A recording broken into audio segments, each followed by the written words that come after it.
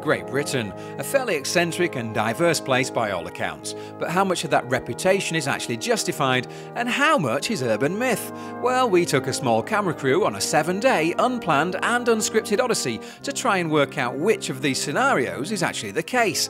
And of course we found the usual things that every tourist does. You know, beautiful cliffs, Iron Age settlements, dramatic gorges, scenic routes, coastal havens, stone circles and rocks by the dozen, and of course, green stuff everywhere. But this wasn't about making a promotional video for Saga or indeed the National Trust for that matter. So thankfully we found goat racing on a farm in Shropshire. We watched policemen rolling oranges down a hill in Devon.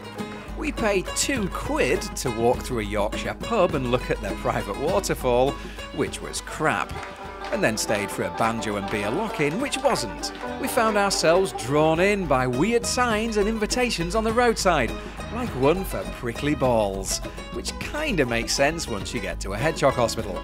Then we followed a homemade sign for homemade mead, all the product of an aloof zoology professor and his 300-year-old dog.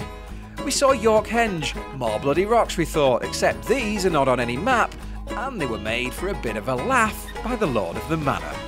In the Midlands we found a B&B that looks like a stately home on the outside, but is actually an S&M dungeon on the inside.